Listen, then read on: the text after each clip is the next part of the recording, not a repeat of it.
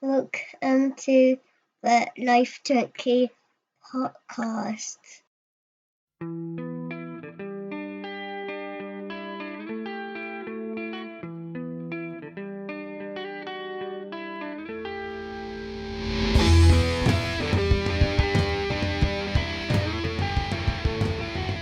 Hello and welcome to the Life Junkies podcast, episode 16, titled Boris Johnson and Brexit. Now, I know this is supposed to be a State of Wrestling show. I decided to postpone the State of Wrestling show in honour of doing a politics show to honour our new leader, Steve Bannon. No Donald Trump, no Boris Johnson. Sorry, that's the chain of command going down, isn't it? Boris Johnson is our new Prime Minister. You may, from this intro, be working out sort of where my politics lie a bit on this. I'm left of centre, I would feel. Pro-Remain, that's the logical choice. But this is my first politics show, so I'm not too sure how it's going to go. Length, content, etc. I have show notes, so hopefully I can use those to talk a bit more about things. As usual, we're going to split this into two parts. Part one, we're going to talk about where we are, what's going on, and then in the second part, I will try and talk a bit about the future, mainly in relation to Brexit. It's just me on my own today. Chris can't make it, no matter how much I would have loved to have got him on this show and let him have a big, angry, northern political rant. He is on holiday with a family. It must be really hard living the life of a jet-setting cameraman for for Sky Sports and other such paying businesses. But hopefully I'll get him back on at some point. We might be broken up, I don't know. Anyway, that's the intro. I don't want to ramble on for too much about nonsense because that's what the rest of the podcast is for. So I'll be back in a little bit and I'll talk about how we got here. You're listening to Life Junkies podcast. So, Boris Johnson is our new Prime Minister. Who ever thought that was going to happen, eh? This is the man who publicly stated that leaving the EU would be a disaster for the UK. He then campaigned for Remain, saying we'd get a deal that would keep us in the single market.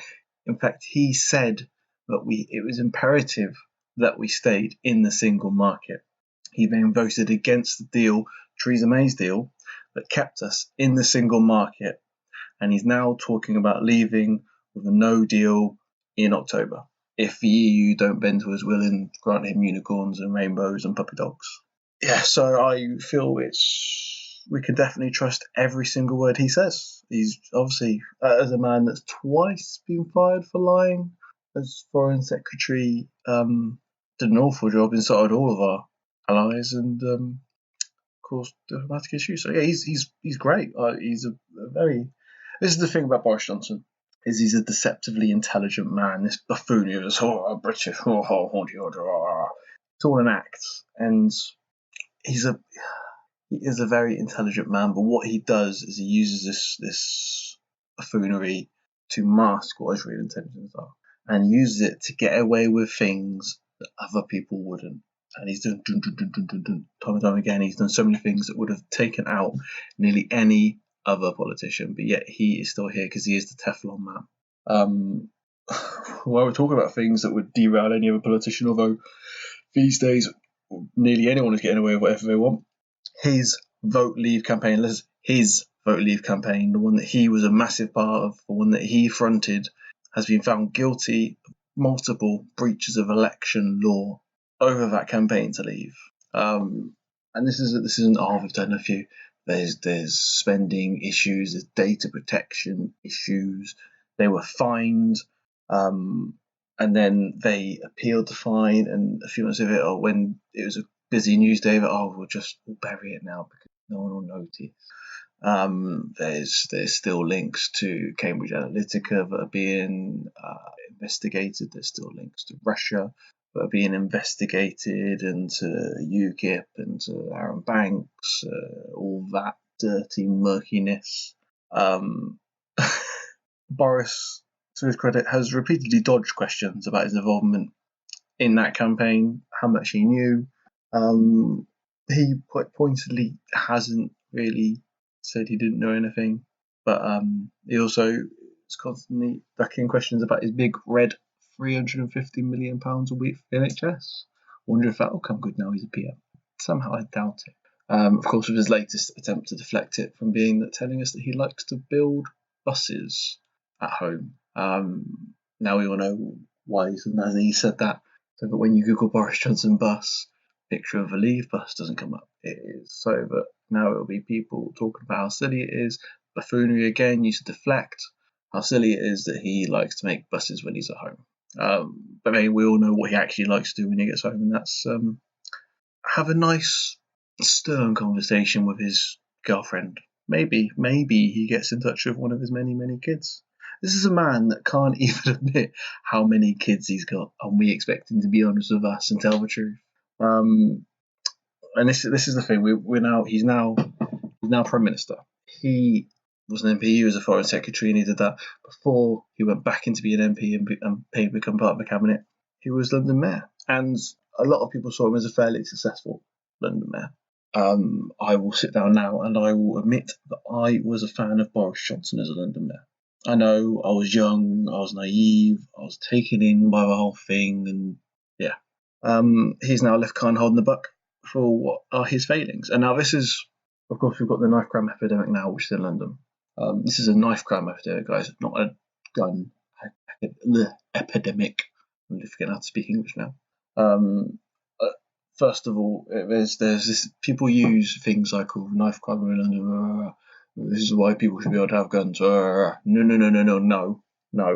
I'd rather that these lads and ladesses are running around with knives and guns. They do a lot more damage with guns, a lot less damage with knives. Of course, none of it's good. Preferably no one be running around with it. But this, while I was living in London, I lived in London for 2 years. I lived northeast London, Stoke Newington in Hackney. I had a point where I had a load of friends come down for my birthday, and two of my mates, they go, we're just going to pop down the shop and grab some bits of bobs. I say, yeah, cool, that's fine. So they wander off, and they're gone for about half hour. And they come back, and they go, there's a big tent down the road. Someone had been murdered just down the road from us. And this was their view. These are two of my mates. One of them is not a big fan of London. He's more a find a place in the country, far away from everyone else kind of guy. And the other quite likes London, but probably doesn't get to visit that much. Neither of them had been to London for a while, and that was their view of London was that was someone murdered on our street. The thing is, our area was meant to be quite a middle class area, and it was. Hackney, one of the largest boroughs in London, one of the highest crime rates, but Stoke Newington is the middle class hipster area. So our neighbours are accountants and lawyers and government workers and all this. So it happens everywhere. And at one point, I remember, now our flat backed out onto an alley. It was just a little alleyway. You could see the end. There's no point where I'm about to say it's not a particularly dangerous alleyway, but then I'm about to tell you that it is a dangerous alleyway. We never felt particularly unsafe getting to and from our front door. We lived, the house, the alleyway was on one side, it was on a high street, a very busy high street, constant traffic going past, always people out there. This is one Christmas morning, we're going to my family Christmas meetup, and we step out of the door, and my partner at the time, she was an accountant, and she goes, Mike, there's police tape at either end of the alleyway. And I'm blocking the door. Oh, don't be silly. She was a drama queen, and she liked to overreact and make things up and blah, blah, blah. So my general reaction to these sort of things is, oh, you're being silly, whatever. Let me assess it, and then I look to her, and then as I'm locking the door still, I hear a voice from one end of from the high street end of the alleyway. So, excuse me, guys, can you keep to the right and walk towards me, please? What? Whoa. And she's right, there is police tape either end of the alleyway. There's a policeman stood at the high street end, and we've come down to talk to him. Turns out that night there'd been a stabbing in the alleyway, and it wasn't. He said he was keen to emphasise it wasn't local gangs. It was one lad on his own from one gang that just happened to bump into some lads from another gang, and they'd done him. And so, as far as I know, it was all right. It wasn't at that stage. It wasn't fatal, and they never came round and questioned again. But he talked to us about if we'd heard anything and blah blah blah. We were third floor, but our kitchen window, which was pretty much constantly open, back onto the alleyway, and we hadn't heard anything. It was quite scary to think something like that had happened that close, like the murder at the road. I hadn't physically seen the tent or any of it. It had all been cleared up fairly quickly before I'd gone anywhere near that way. So, yeah, that wasn't a thing, but to sort of walk into a crime scene, just walking out your front door was quite scary. And for a while when you'd hear there's been a stabbing in blah, blah, blah. And I would get texts from worried friends from Cheltenham or whatever. They go, Mike, you're in Hackney, is this near you? And I'd look at it and it'd be the other side of it, and Hackney's massive and we're in one corner. And yeah, Diane Abbott's ward we're in. So, just to point this out, all the while I lived in London, all this stabbing's going on. Boris Johnson was mayor. I wasn't in London when they voted for Shahid Khan. I would have voted for Shahid Khan. I would still vote for Shahid Khan. But this and the stabbing issues go back to when Boris Johnson was mayor. Now, and the thing about this is, this feels like a much slower and more. So if anyone, the two people, because as Chris is on it, he'll listen to it as well. He listened to last week's, told me I was putting him off his filming for football. But anyway, yeah. So there's research into this, and what you find is that you get roughly a 10-year gap between cause and effect. So it's not Khan's now mayor and now everyone's getting stabbed. Well, not everyone's getting stabbed, but now knife crime rate is up. Well, this is obviously all Khan's fault. That's not how it works. These things take time to implement, take time to come through. And what we've got here is that this is the result of poor investment into infrastructure. So it takes time. It takes time for these guys to be radicalised. These guys that run around with knives, it's not Clive doesn't just get up in the morning and go, fuck it, I'm going to take a knife today because I'm now angry or whatever. A gang just doesn't roll up and go, fuck it, let's steal some drugs. Why not? There's no police. That's not how it works. What these guys are seeing is there's no way out. So they're not going to be able to get a job that can properly provide for family. And this is in London. You have massive, massive price of living increases going on all the time. It's a playground for the rich. And what they're forgetting is the people there that make it work, the baristas, the shop assistants, everyone, they cannot afford to live in London. They cannot afford to move out of their parents' house. They're stuck in tiny little flats. They're charging over £1,000, £2,000 a month to live in a room, if that, with toilet, shower, all in the same room. This has been going on for ages, and this is because London has been left unchecked. There's been no proper move to make sure that we're getting affordable housing.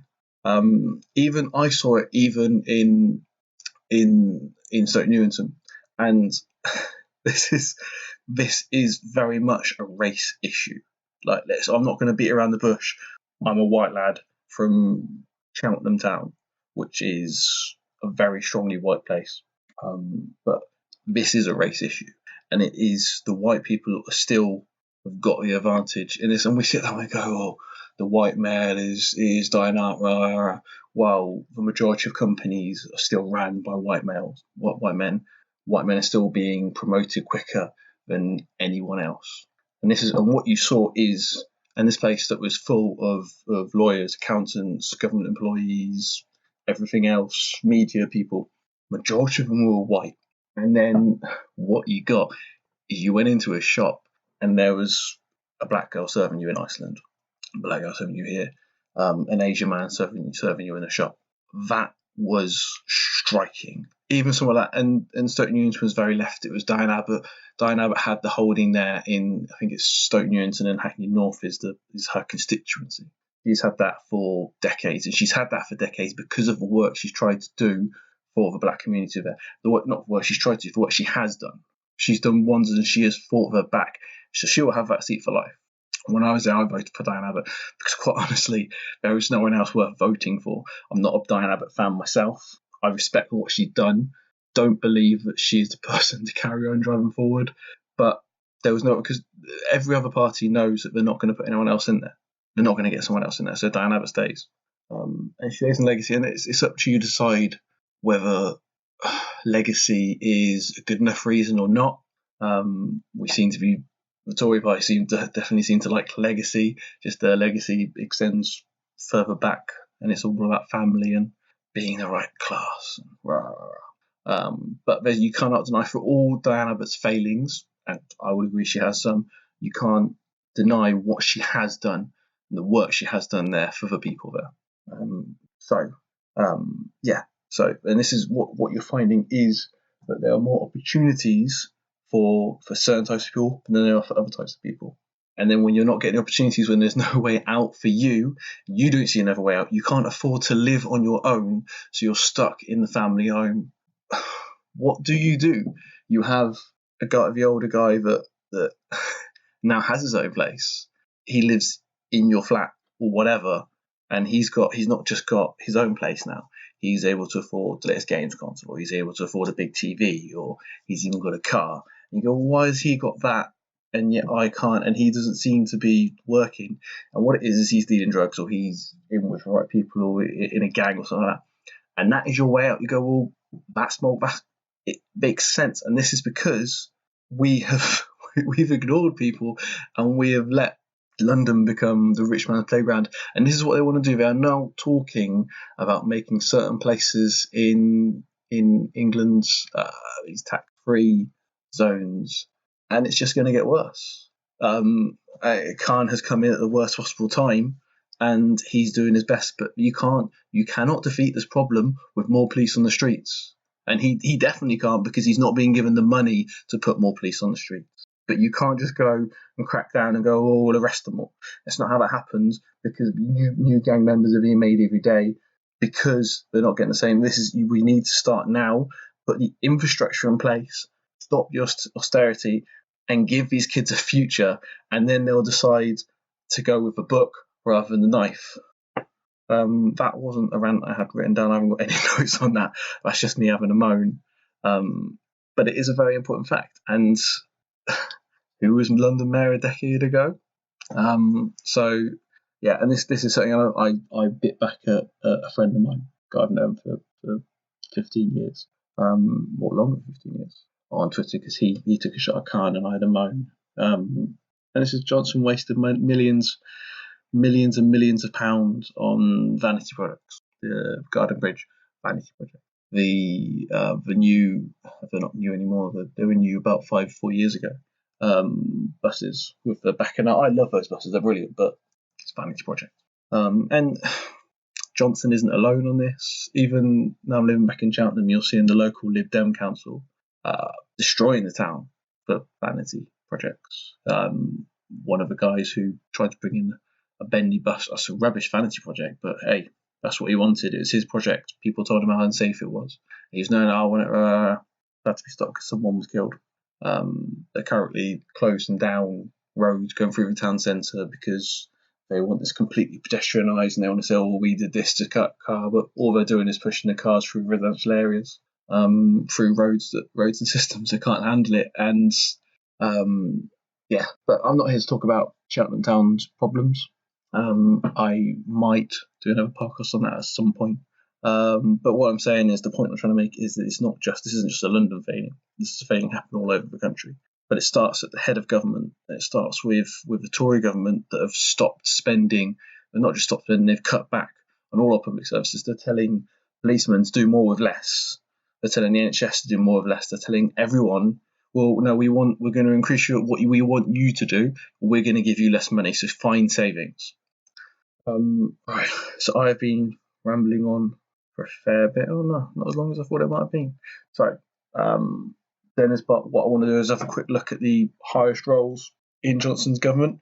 So Let's start with Defence Secretary Ben Wallace. He's actually one of the few bright spots of Johnson's government. He's the highest pro-Remainer in the government, and he's very anti-No Deal. I don't know if any conversation has been had with him about this before he took on a position. He's a former army captain, so he's actually one of the few that knows what he's talking about. And this is my argument for these positions wouldn't be, or a member of our ruling party gets in. It would be we vote people up. So our defence secretary would be our highest ranking military personnel. Our home secretary would be our highest ranking police person. Our health secretary would be our highest ranking doctor. And you work these things so that maybe the doctor, the chief medical boards, or however the hierarchy that works, they all vote in. Okay, so for this term we're going to have this person, and they'll go up for this government's term. And then when the next government, we go, okay, well now we will have another vote. Right, this person we believe is the best person to push our interests with the government, instead of someone that doesn't actually know what they're talking about, someone that's never been a doctor, someone that's never worked in the NHS and has no idea of what's going on, being forced into that role, and Jeremy hunting it all up. Anyway, so yes, Ben Wallace gets a thumbs up for me. I can promise you it is downhill from here. I was going to go for Home Secretary next. I'm going to skip our Home Secretary because she's probably my favourite, and I'm going to go on to Dominic Raab, our new Foreign Secretary.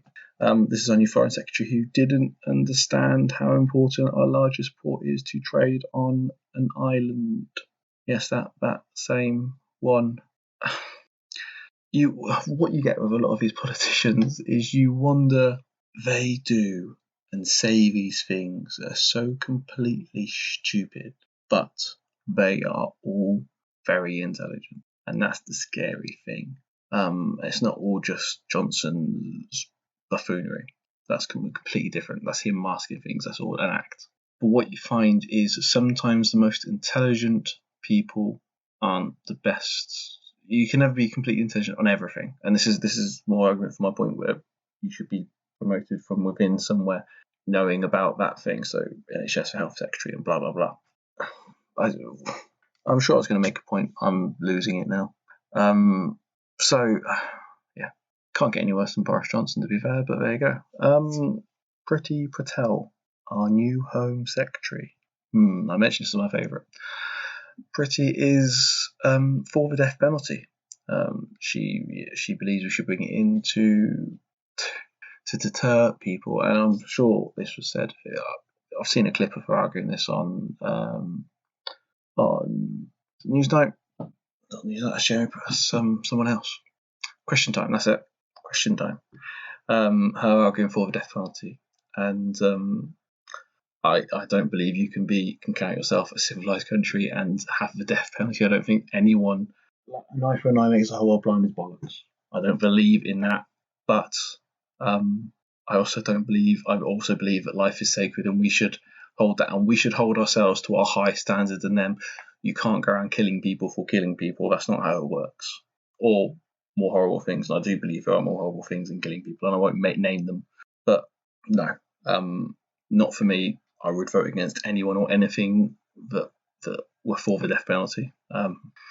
She was also, and this is the best bit. You wonder how you could get better than being for the death penalty. Well, this is it. Priti Patel was sacked from her position in Theresa May's cabinet for holding secret meetings with the Israeli government. Now, there's nothing wrong. There's nothing wrong with holding meetings with governments. But when you're lying about it, when you're not doing it with your government's permission, when you're pushing your own agenda to that government, you start to wonder what people's motivations are, what your motivation as a member. And I believe don't think she was Foreign Secretary at the time. I believe she was, was she Boris Johnson's successor? I should have done proper research on this, instead of going in half gut.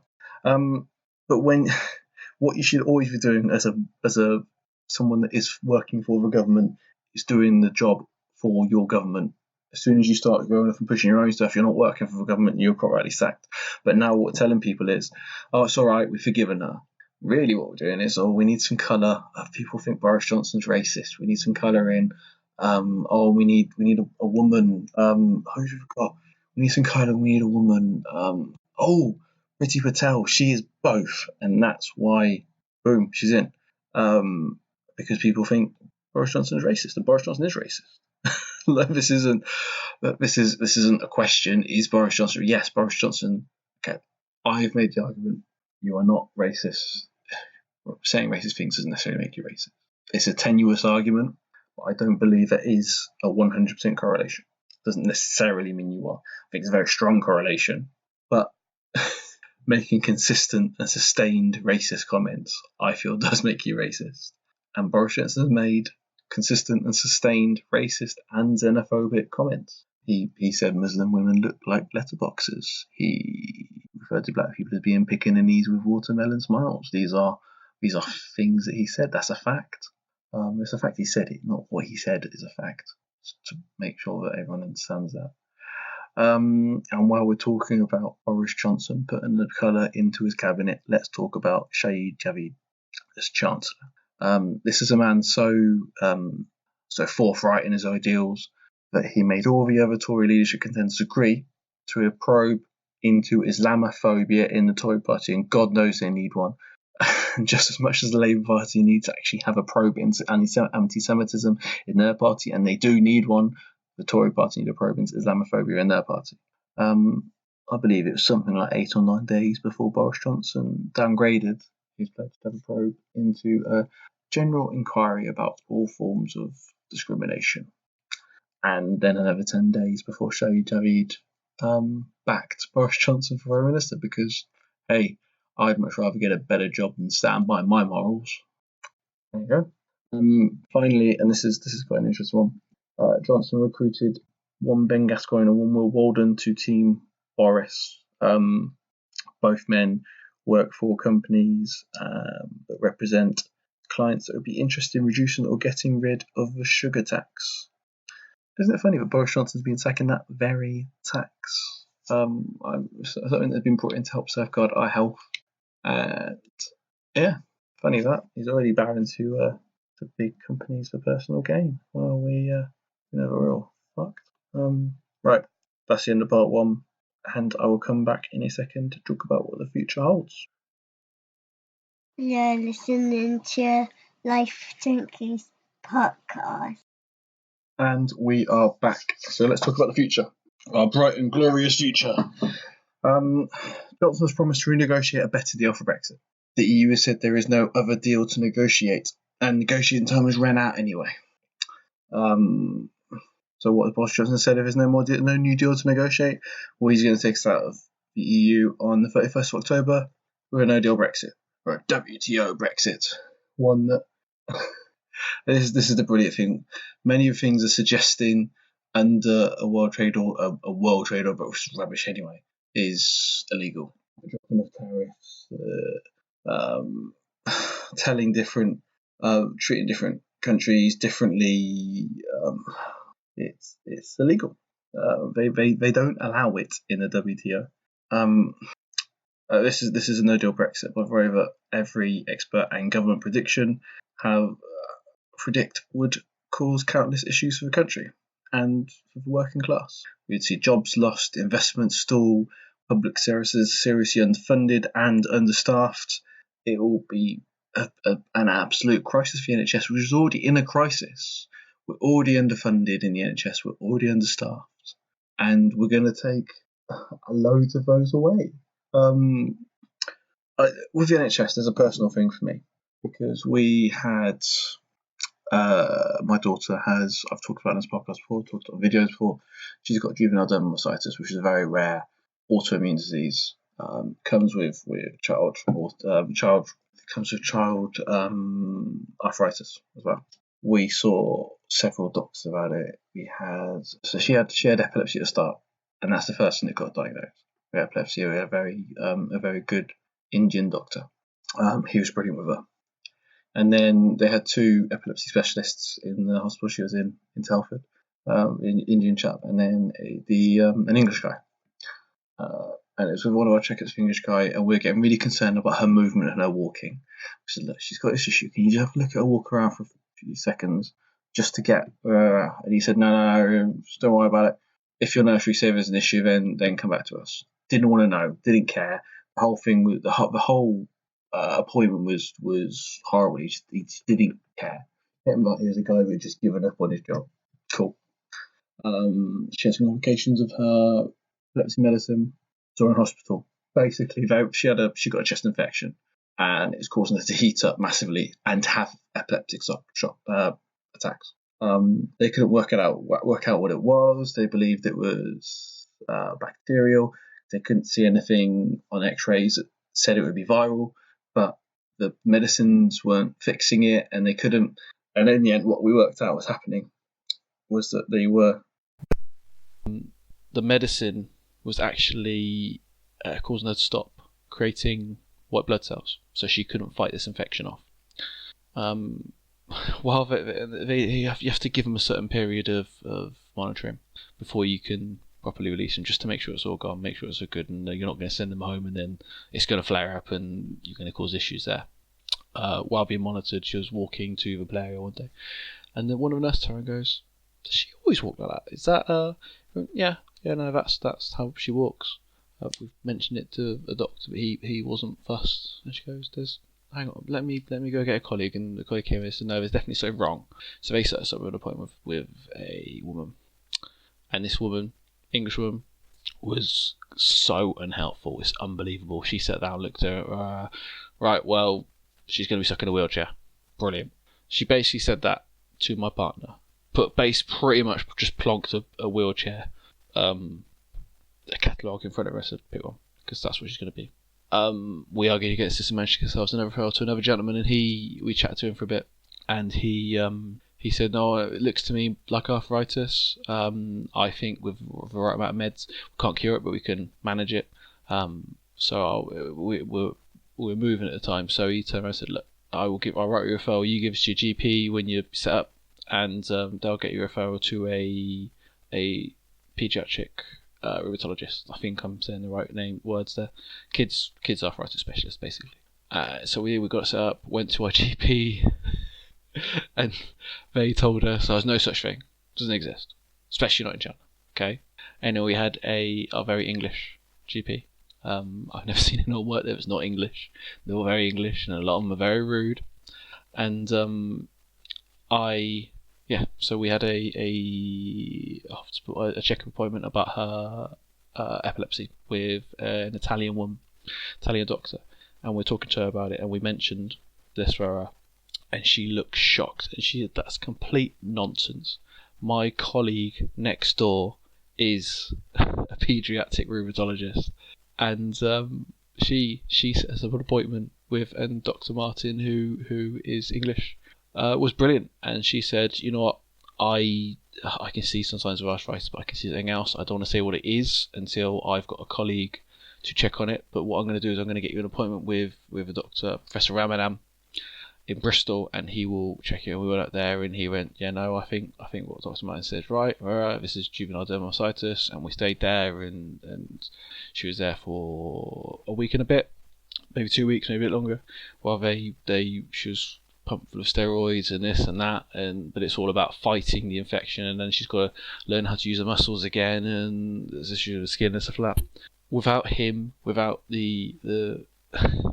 without doctors from India, Pakistan, and in Italy, our daughter's condition would never have been found, because it was back when she had the issues with the epilepsy medicine. It was the Indian doctor that came by and diagnosed it. He worked it out for us. No one else could work out what was going on. It's thanks to him. Without these guys, the NHS in general, but these specific foreign doctors, my daughter wouldn't be able to walk in the way she does now. She wouldn't be able to go play with friends, and she's not always perfect. She still struggles to do things. She still falls over a lot. She still has issues. She still flares up where she's really bad. But she wouldn't have any of this without those doctors, and also the nurses and other doctors that I haven't mentioned, and all the hospital support staff, the majority of which are foreign nationals. A hell of a lot of EU nationals who are already starting to leave because they're seeing a climate in the UK that is unfriendly to them, so they're going. So our recruitment crisis in NHS is going, and this is something that's been said to me by anyone that I know that's close to the NHS. I have several family members that work in the NHS. I have a cousin who I'm immensely proud of who is a chemotherapy nurse. She is saying exactly this, and she comes from a family that back Brexit. Her dad is very pro-Brexit. He was pro-Boris Johnson. She sits there and she says, no, Brexit is bad for the NHS, and you're hearing this from doctors, you're hearing this from medical boards, you are hearing this from everyone associated with the NHS. Brexit will completely destroy the NHS. And I'm not even talking about the fact that the Americans are already circling around like vultures wanting to bypass it, like Richard Branson tried to do, or how the people like Nigel Farage said, we need to go to an insurance-based system because that works so well in America, or other members of the Tory party that are saying this exact same thing about maybe they're slowly getting us used to this idea of the NHS not being free at point of, and they're slowly doing it, and that's the end game. So yeah, again, that was another rant that wasn't intended, that I have no notes for. The most likely outcome of a no-deal Brexit, I see, apart from what I've already said, would also see Northern Ireland and Scotland leaving the Union. Scotland have already had only reference. One that stay was one because of the argument that we're in the EU, we can't get into the EU as an independent nation, and that was argued by the EU. You said, well, no, we're not just going to let Scotland in. Since Brexit, the Brexit vote, the the EU have turned around and gone, actually, you know what? Anyone that wants to stay in the EU, you leave and you come join us. Well, it makes sense, doesn't it? So, and Scotland is one issue. They've already fought for independence, and it wasn't a narrow. It was a fairly narrow victory, not quite as narrow as the Brexit vote, may I point out, but it was a narrow victory. And I think they've got all the right in the world to have another vote. And I'm pro-union. I want Scotland to stay with us, but I want us to stay in the EU. But if we do leave the EU, especially under a no-deal Brexit, they have more than enough right to have another India referendum, and I think that independence would win that. It's also the issue of Northern Ireland is a lot more tricky, and I'm not going to pretend to have much in the way of knowledge on it. I've never even visited Ireland, let alone have enough to say about the Troubles. But the fact of the matter is that the treaty was signed under EU law, and we're supposed to be no border checks on that border. But for a sheer deal of a no-deal Brexit will mean there has to be checks, because then we are throwing away all of our regulation that the EU we've worked with the EU to bring in. All of our food safety checks, all of our product checks, everything like that will be thrown all away, and presumably will be taken on the Americans' lower standard, in which you're allowed rat hairs and pasta and other ridiculousness. This means that the EU, and Ireland particularly, will be forced to put checks there because they can't have stuff of a lower standard going into their chain. That's the point. The point of these regulations is to protect people from eating pasta with rat hair or eggs that have been washed so they have to be refrigerated. And all of this, they'll have no choice, and that is going to have knock-on effects. That's all I'm going to say on that, because I don't know enough to get into a long, detailed explanation. I do know that there are a lot of people in Northern Ireland, there are a lot of groups set up that are very worried about no-deal Brexit. They're very worried about Brexit in general, but no-deal Brexit. They voted to remain, just like Scotland did. I don't know what the future holds. I don't know if the future holds Northern Ireland as their own sovereign country, if the future holds Ireland as a united country with Northern Ireland. I don't know. I'm not going to pretend to know the murmurings going on there. I have Scottish family, so I have a vague knowledge of what's going on in Scotland. I went to Scotland earlier this year, in a little village near Ayr. It was really nice. But I have far more knowledge about what's going on in Scotland than I do in Northern Ireland, so I don't know what's going to go. But I do know that this is an issue, and there's a very real fear from a lot of people. Yeah. So what we found before Johnson came in is that no deal was blocked, that he was blocked from overruling Parliament by Parliament itself, which makes sense. So how is he going to get no deal Brexit through Parliament? Because I believe, again, I'm no expert here, but I believe that it has to be ratified by them, not as in the only other option he's going to have would just be stalling. We automatically leave on the 31st of October. But Parliament can force him to seek an extension, just like they forced Theresa May. She didn't want to do it. She wanted to scare them with no deal Brexit, and they forced her to go rather than to the EU for an extension. So his other option is to upset the EU enough that they don't allow us an extension. The problem there would be that it's in the EU's best interests to allow an extension, to allow us to get our shit sorted. And I'm surprised. What I'm surprised at is that they haven't tried to force us into a public vote. We are an important part of the EU. Like, they make no mistake about that. This argument, they need more than we need them, was bollocks. But we are an important part of the EU. We are a major player. They've made concessions for us specifically, so that we stay in. We're not in the swishing area. We're not in. We haven't taken on the euro, and they can't force us to take on the euro. We have specific vetoes that we can stop anything we want. They can't force us into anything. We are an important player in the EU. So they don't need us, but losing us will hurt them. Not as much as it will hurt us, but losing us will hurt them. So it's in their best interest to give us. But no, that seems to be. Oh, Johnson's not going to go speak to EU leaders before no deal. He's not going to do this, that. Rah. Stupid. So, could we see another general election? Well, is Corbyn really decent opposition? As much as the Tory party having issues and are being self-serving, so is Corbyn and his socialist agenda. These people following Corbyn are, don't get me wrong, they are extremists as extreme as the Tory party membership. They don't care about anything else. All they care about is pushing for this utopia. And I believe that Corbyn is pro-Brexit. He hasn't publicly stated it because he knows that so many Labour Party members are anti-Brexit. But yet he refused to campaign against Brexit. He's refused point blank to campaign for a people's vote. All he's turned around and said is, oh, well, we'll have a public vote if it's a no deal or if it's a Tory deal. But I'd get us a better deal. He's the same rubbish as Boris Johnson. He's not going to get us a better deal. There is no better deal. There is no jobs first Brexit or whatever rubbish he said. It doesn't exist. And what they're doing, him and his supporters, they're damaging this. Like, you speak to people that are Labour Party members and voted for Corbyn. They don't know who Tom Watson is. Tom Watson is the deputy leader of the Labour Party. They have no idea. They think, Corbyn's cool, rah, rah, rah. But what he's doing is he's ruining the Labour Party. This is a really miserable podcast. I apologise to anyone being forced to listen to this. But there's not much of a future in our politics at the moment. There isn't one. My partner, when I was living with London, she was a Labour Party for life. Tony Blair's education reforms meant that she had a chance to go to school, go to uni. She was a proper working class girl. She managed to make her way up to being an accountant in a country, and she now has been working in Europe, in the Middle East, in Japan, in Africa, in America. She's going to all these places. She's on a brilliant wage.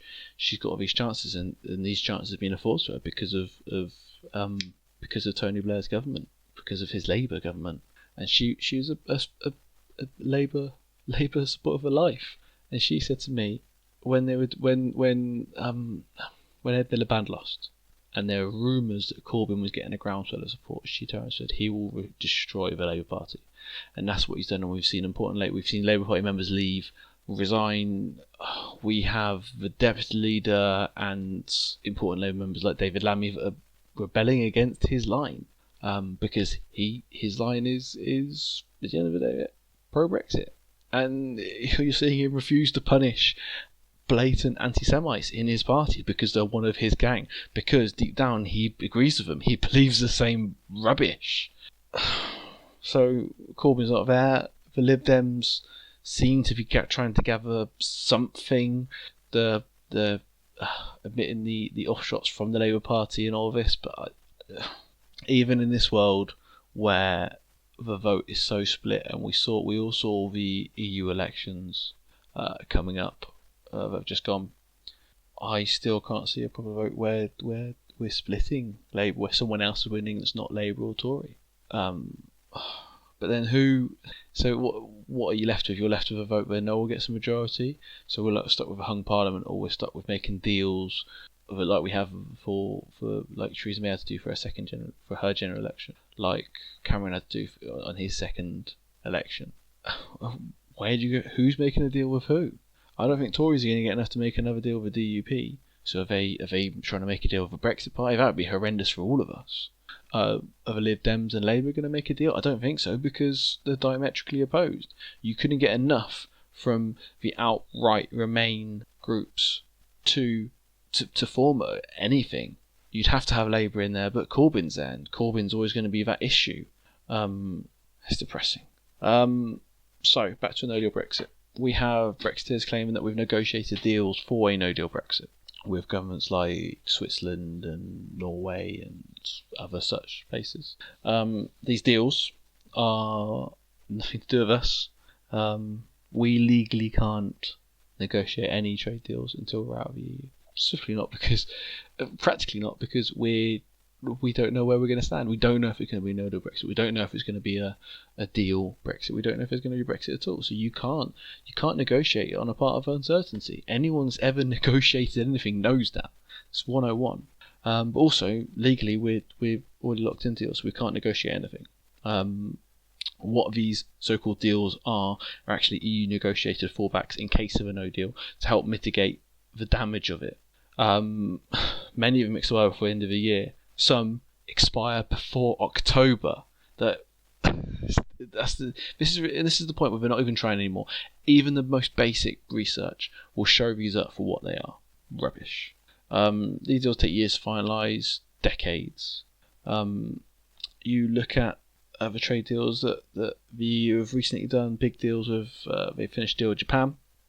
They are concluding one with South America, with a group of South American nations, and they're currently negotiating one with the US, although that has hit rocky roads because Trump is doing Trump things and messing everything up, because everyone's against us, and they take a long time to finalise, especially when you're dealing with people like Donald Trump. You think he's going to come over and take us easily? He's going to take us for everything we've got if we're on our own with no negotiating power. We're not an empire anymore. We don't have that behind us. We're in a world of superpowers. Russia, China, America, all superpowers, all leaders. EU, superpower. It's a superpower because they've banded together. We can't rely on just being British anymore. We don't rule the waves. We don't have colonies all around the world to back us up. We are just one small country in a world where everyone else is caught up. And it's time that vast majority of our votership acknowledges that. So what we have? Johnson and others have argued for a no deal without having to explain what they want, what the plan is. Well, Johnson now has to do this, so he needs to put up or shut up. All this bravado we're currently seeing in the papers, or Johnson's not going to beat the EU leaders, is rubbish. There's no actual detail, and this is it Michel Barnier who wrote the letter congratulating Boris Johnson on becoming a new Prime Minister, and he said that he's looking forward to discussing Boris Johnson's plan for Brexit in detail, and that is first of all your appointment as PM, not being voted as PM, not becoming your appointment as PM by 0.1% of the population. But in detail, your plan for Brexit. And this is the point. Johnson at some point is going to have to tell us what his plan is, tell us what he wants to do. And they're talking about, we're war meetings. We're not at war, you morons. We're breaking away from our party. They can't just keep going on about WTO when they don't even know what the WTO rules entail. You can't just talk about technology vaguely as part of an Irish border plan, because technology in general is not a thing. What are they going to send some Sony PlayStations to the border? Are they going to fix it? What are their plans? They don't talk, and they talk. Oh, maybe we could do this, maybe we could do that. Oh, yeah, but who's developing that technology? Is that technology available for us to use? No. Well, who's developing it? No one. When's it going to be ready? It's not. Well, it's not going to cut it anymore, guys. You have to. We need a plan. We need something going forward, and we haven't been offered any. And what's going to happen if a no-deal Brexit happens is that the working class are going to be screwed harder than anyone else, and the elites that have pushed this, because listen away, they argue about the elites being pro-Remain. No, the elites, the guys with the big money, are pro-Leave. Why are they pro-Leave? Well, just so happens that there was a massive spike in reportings from the Daily Mail, from the Sun, owned by Rupert Murdoch, who is the elite of the elites. Murdoch, who's just sold Fox for loads, he's just handed over ownership of Sky. He owns, is it the Sun, the Express, of course News of the World, and a couple of other news outlets. He's everywhere. He's in America. He's in the ear of Trump. He's Australian, so he's over there. He's over here in the ears of our politicians. The Daily Mail that is run by a company in an offshore holdings in Bermuda or something.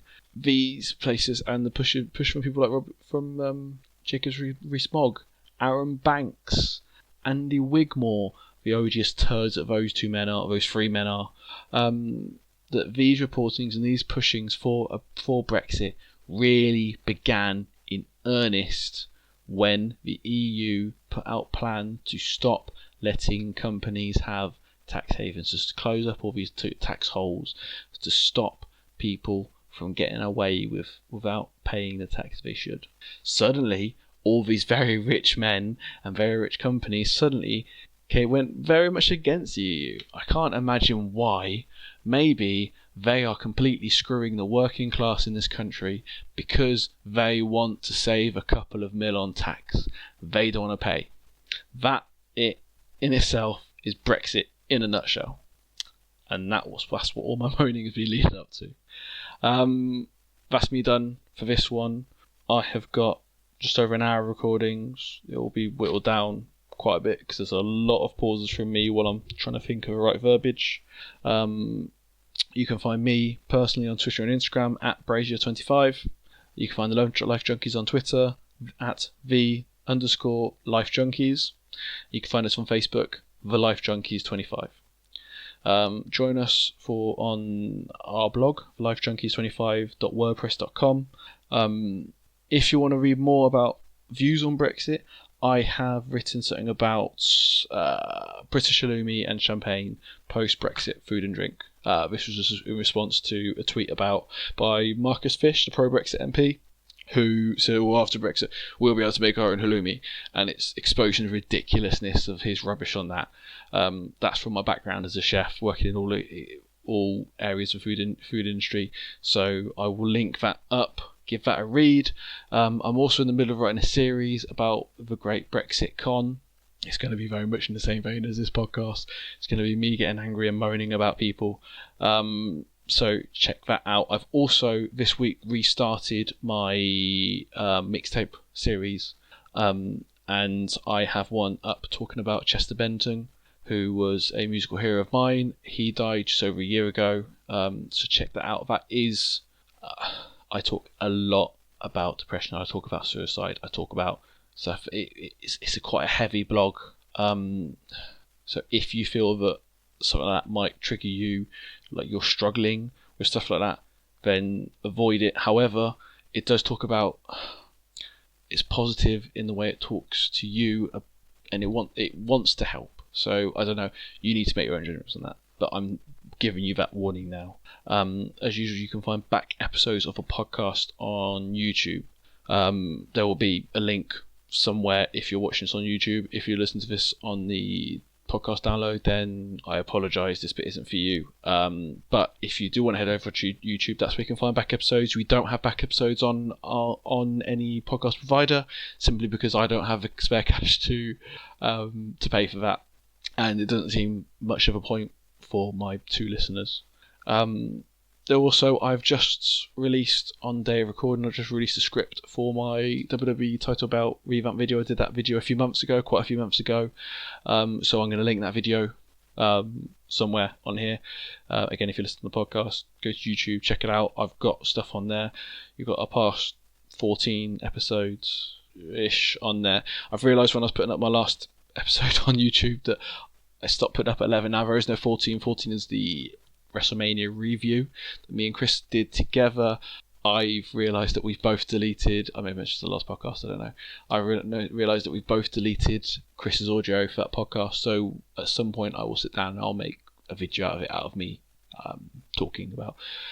But that's going to require some heavy editing, and I ain't great at editing. So, but I will put 12 and 13 up.